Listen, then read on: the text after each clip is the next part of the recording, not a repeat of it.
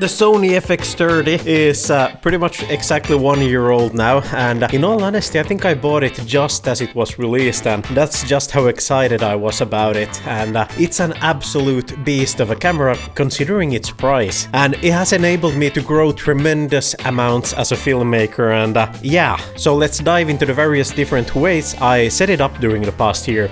Let's go!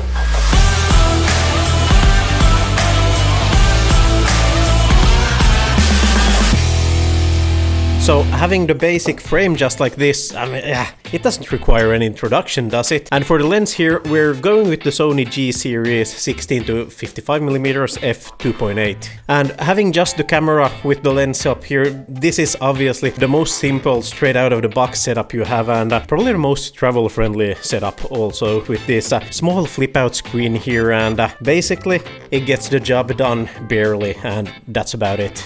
And as it's an f2.8 and a lot of the times I want to have it wide open at that, or then just f3 point something, I need an ND filter on it, so I'm having the PM VND 2 to 5 stops here, and it's pretty much all the time attached to my lens. And note that this is actually the signature edition, meaning it doesn't have the mist effect, which is why barely visible under here is that I have a separate mist filter here in between the lens and the VND, so which is made by Nisi. And actually I have a video entirely about them, you can check up here in the corner.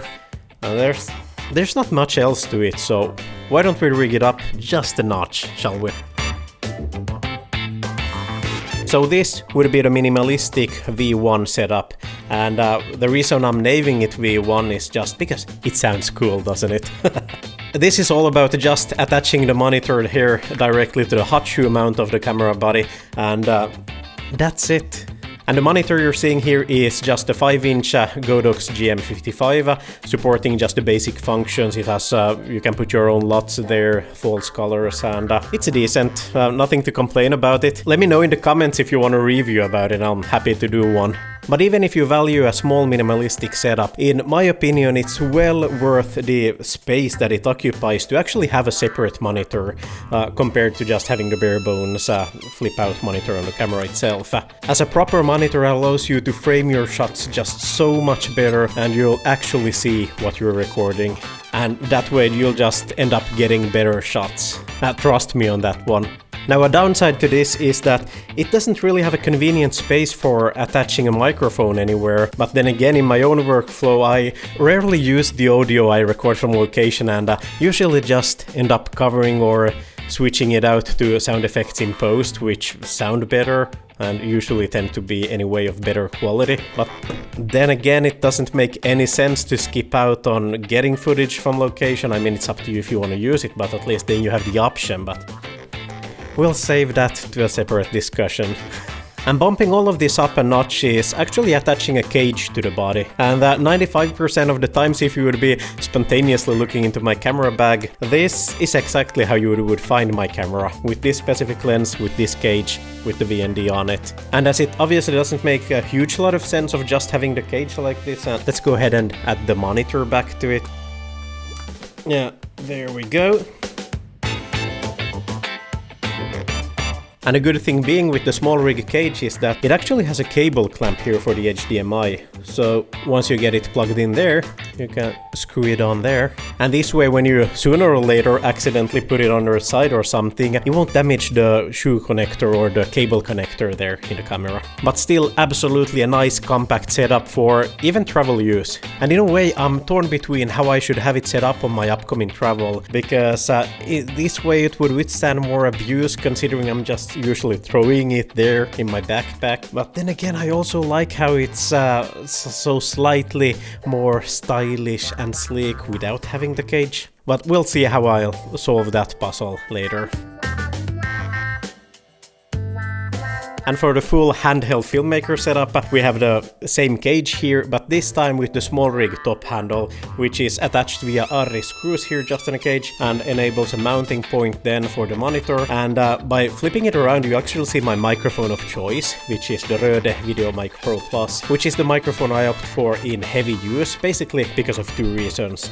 First, it has a preamp with battery, but it's smart so that it turns the microphone on and off depending on the battery switch of of the camera itself. So if you turn your camera off, it will also turn off the microphone. Secondly is that it has audio safety track, meaning that it records audio on 2 separate tracks, where the other is 6 decibels or something lower, meaning that in case you're recording motorsports or similar high sudden noises, there's less risk of having your audio clipping, and still be able to have good leveled audio when you need crisp detail from dialogues.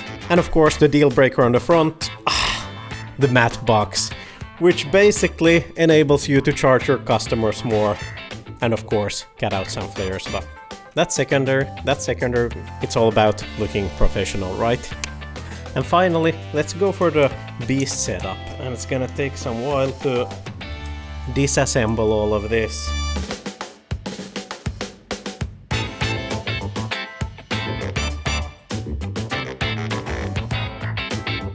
And in case you're wondering about getting yourself a gimbal, for the nice shots, it's definitely worth it. But it's a hassle each and every time you're gonna put this together. And trust me on that one. We have the DJI RS3. And that gets me so excited each and every time, still to this day.